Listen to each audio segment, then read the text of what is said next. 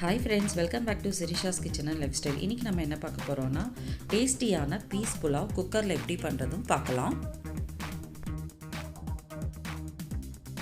இப்போ டேஸ்டியான பீஸ் புலாவ் பண்ணுறதுக்கு குக்கரில் 1 டேபிள் ஸ்பூன் அளவுக்கு நெய் விட்டுக்கலாம். நெய் சூடானதும் 1 டீஸ்பூன் அளவுக்கு சீரகம் சேர்த்துக்கலாம். 10 முந்திரி. இப்போ மசாலா ஐட்டம்ஸ் எல்லாம் சேர்த்துக்கலாம். பிரியாணி இலை, பட்டை, கிராம்பு, ஏலக்காய், கல்பாசி இதெல்லாம் சேர்த்துக்கலாம்.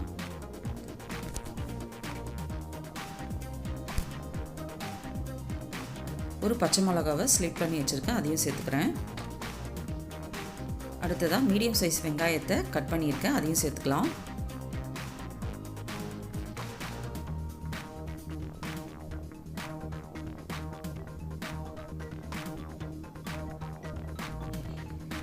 இஞ்சி பூண்டு விழுது 1 டீஸ்பூன் சேர்த்துக்கலாம்.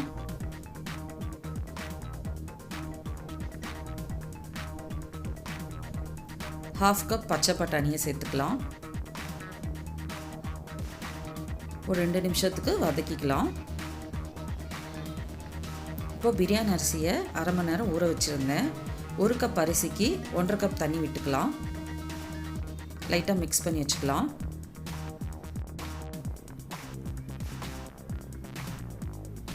இப்போ இதில் தேவையான அளவு உப்பு சேர்த்துக்கலாம்.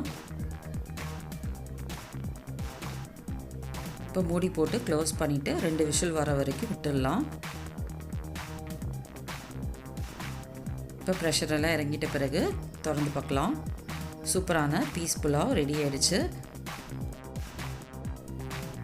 இந்த வீடியோ உங்களுக்கு பிடிச்சிருந்தால் லைக் பண்ணுங்கள், கமெண்ட் பண்ணுங்கள், ஷேர் பண்ணுங்கள். மேலும் பல வீடியோஸை பார்க்க சேனலை சப்ஸ்கிரைப் பண்ணிக்கோங்க. பக்கத்தில் இருக்கிற பெல் பட்டன் ப்ரெஸ் பண்ணிக்கோங்க. தேங்க்யூ.